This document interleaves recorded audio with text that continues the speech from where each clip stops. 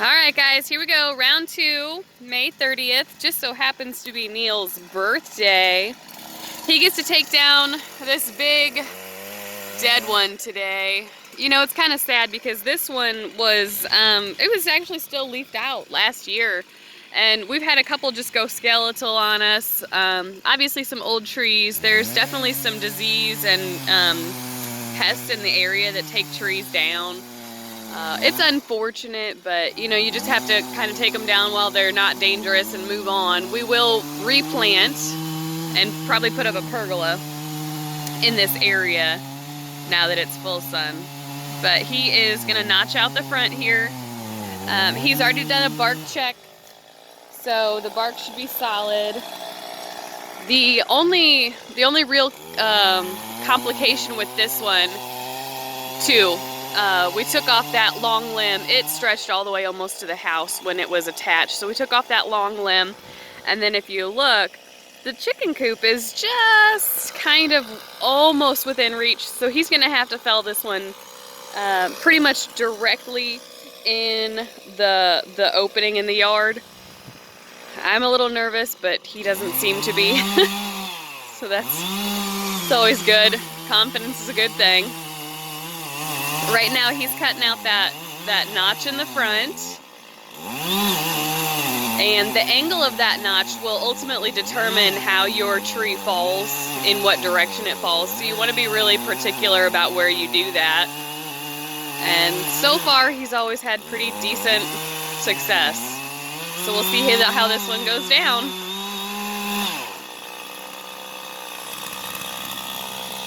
As usual, we've got the bad day box and the extra supplies over there. You always want to have those on hand. A bad day box is your medical equipment. We like to keep bandages, tourniquet, cell phone, that type of thing, quickly at hand, because, you know, this is dangerous stuff still, even when you have experience. You always just want to be prepared. And be cautious. You know, if something just doesn't feel right, you have to take a step back.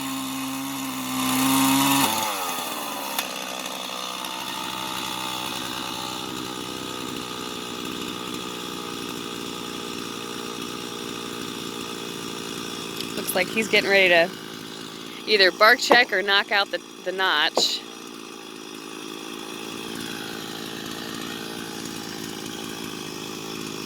Another thing I would always advise, and not that I'm the expert, and certainly not that we're professionals, but it's important to have somebody there with you. I always act as Neil's spotter when we're taking down trees, just because that set of eyes from further back can make a huge difference in safety, and for us that's really important. So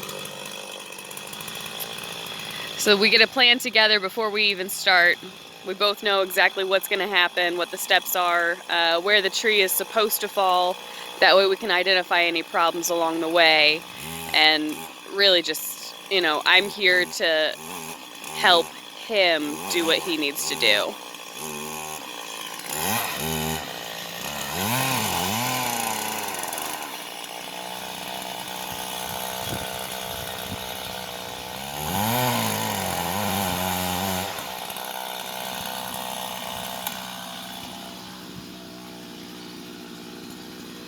Kind of sad because he's trampling all over the good hostas that are still on that side. I know that's not important, but there are some plants I wanted to keep here.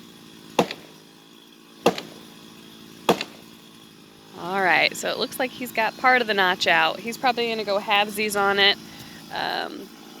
Looks like it's not quite all the way through. This is all real time so far, guys. I might have to pause it and, you know, help him, but so far it's all been real time. It doesn't actually take that long to take a tree down once you have a plan and if you know what the steps are.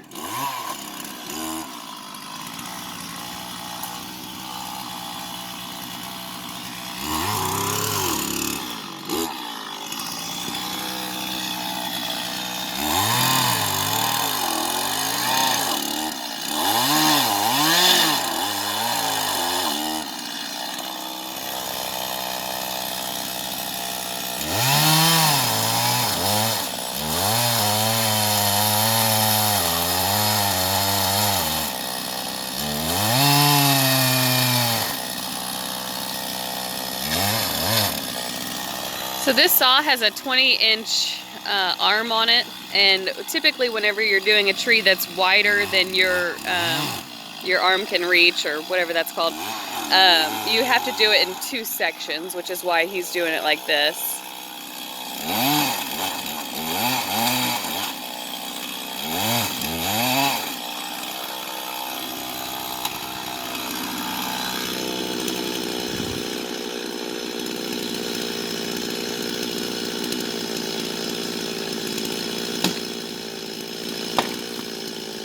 All right, second part of the wedge.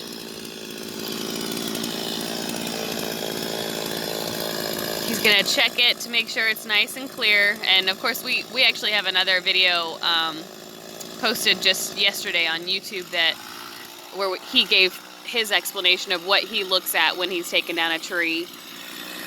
Because I'm not the expert, of course, but if you want to have more detail on what he's doing and why he's doing it this way, go check out that one, because we're doing it essentially the same manner.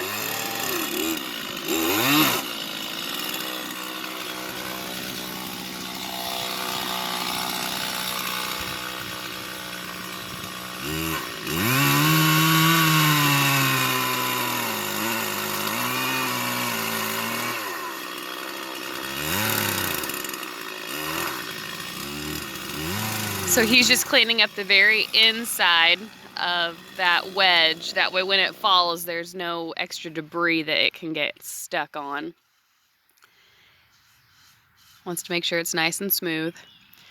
So now from the back, he will start cutting, and the idea is to leave about a 3-inch hinge, and that hinge material is what's going to keep this tree upright, so hopefully he can knock it in with his orange wedges that are kind of over there in the grass.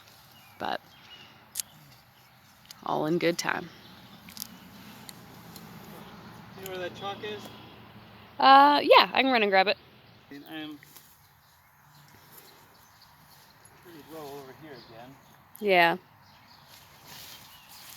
So what he's doing here is he's using sidewalk chalk, essentially, to mark a sight line from one cheek on this side around the back to the other cheek on that side. That way he knows where his cut line is, so he meets on either side of that wedge when he's done. So this is what it's looking at straight on, and then I'm just gonna do a 180. So ideally that tree is gonna fall right about here. Now we do have a little bit of a weight hanging on this left side, so it might fall and roll slightly, but we'll see how it goes. And then there's Lucy, who clearly is gonna have to move. Come on, big girl. Right here. Come on. Right here. Good girl. All right. You stay with me. Okay. I'll bring you back when he's ready to start that line. So now that he has done a full assessment, I'm actually going to move to the back side of the tree. For safety, you should always be on the back. Kids should always be fully accounted for, and pets should be with you. Right here, big girl.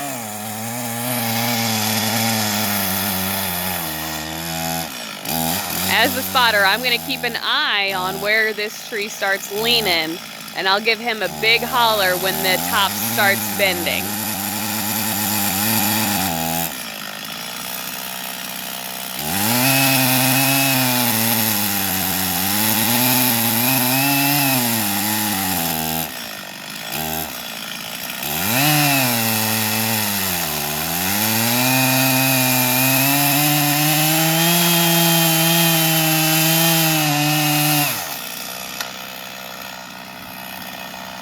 He's going to tap in that wedge here. That is going to keep the saw line gap open so that the tree does not capture the saw and seize it. You know, you want to be able to have free motion in there, free movement.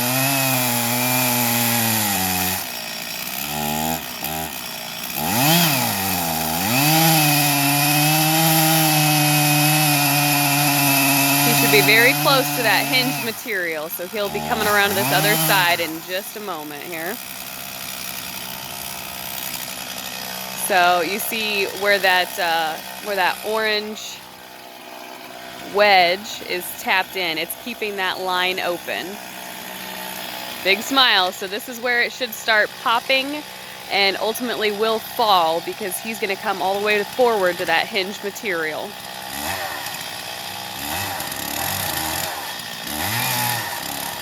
Ease in there gently. You don't want a whole lot of kickback. Kickback is actually part of the most dangerous part of working with chainsaws. So be mindful of that kickback. Ease into it. Just take it slow.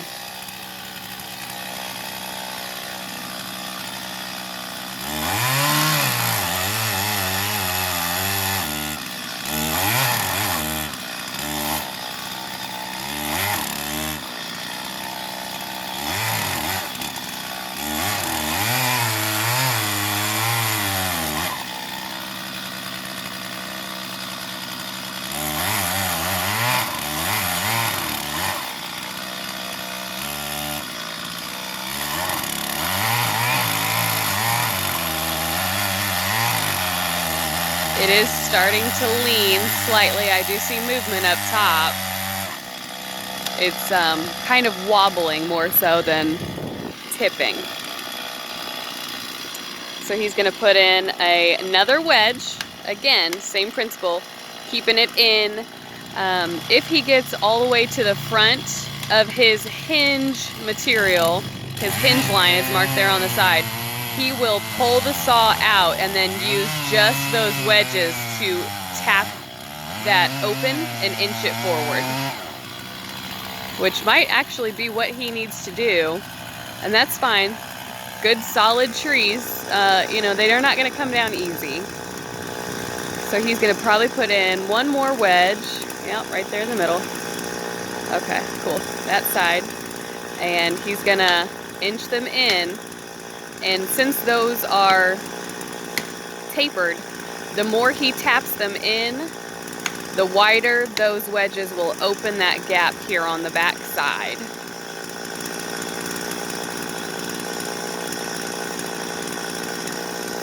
He's got a couple different size wedges, so it looks like he's going for a bigger one here. It's a little bit more of an aggressive taper. I don't know if you'll be able to see that with the shadow, but it is a more aggressive taper. And then as he's driving those in, it'll inch it forward.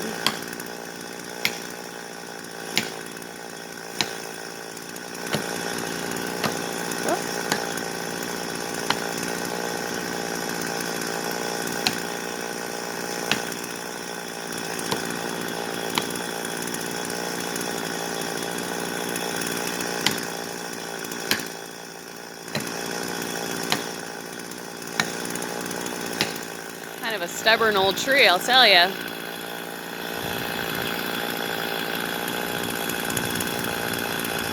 All right, 5 wedges. This is actually, I've never seen him use 5 before. That's pretty aggressive, but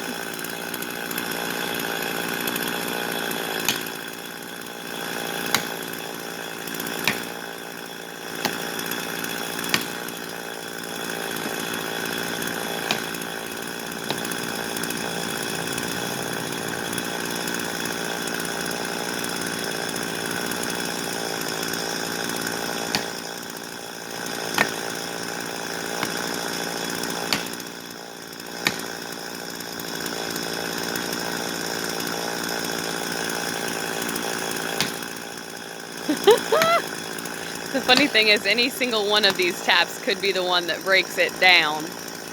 But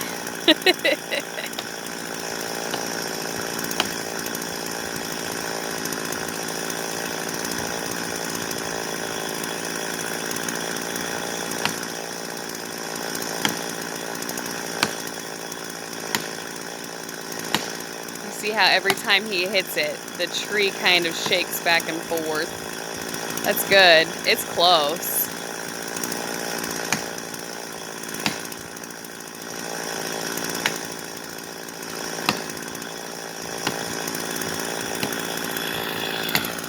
I don't know if you're able to see this. I'm going to try and zoom in just because we have a little bit of time here. But as he adds more wedges, he might have to double stack a wedge here. He is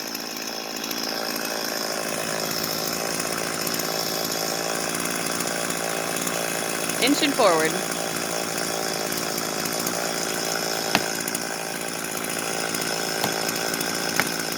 So once those are tapped in pretty much as far as they'll go, he will put 2 wedges together just to ease that gap open.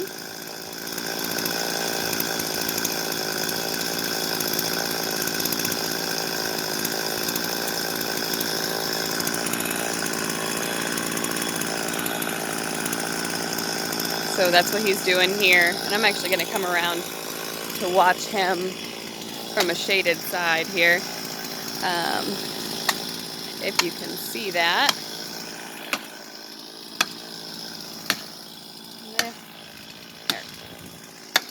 There we go. He's got 2 wedges there that he's tapping in at the same time. Whoop, they kicked back.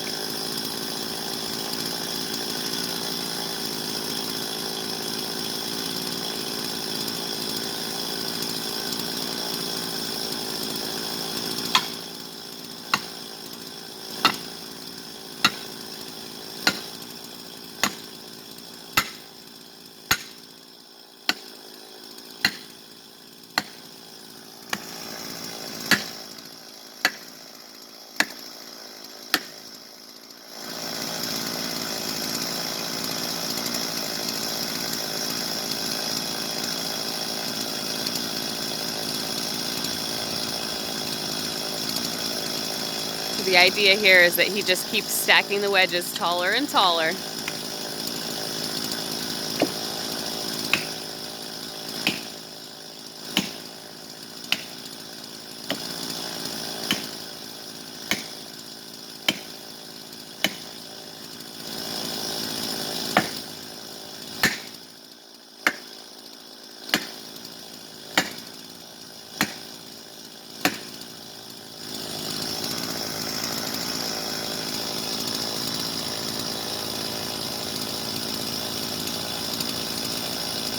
Now he is repositioning the wedges to all come from, it looks like, one side.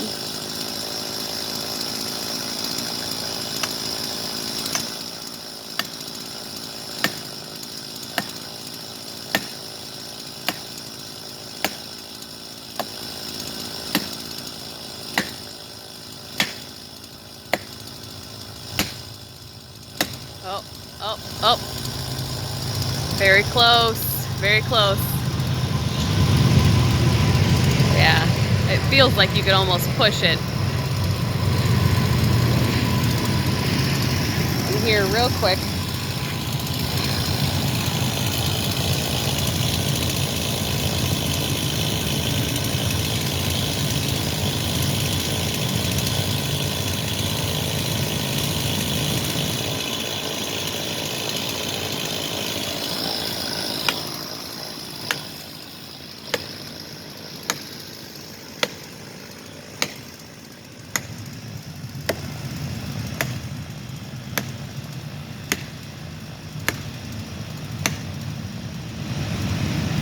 Gosh, every time it moves like 2 inches forward. He's like laughing right now because this is ridiculous. Okay, there we go. Going! Oh, yep. So that was that big weight. I think that weight right there, you see that big branch holding up, I think that was the counterweight that prevented it from falling so many times, because that weight was pulling on the back. So he had to actually leverage it far enough forward on that hinge material to compensate for that weight holding it upright. All right, guys, let's take a quick look. Let's see how he did.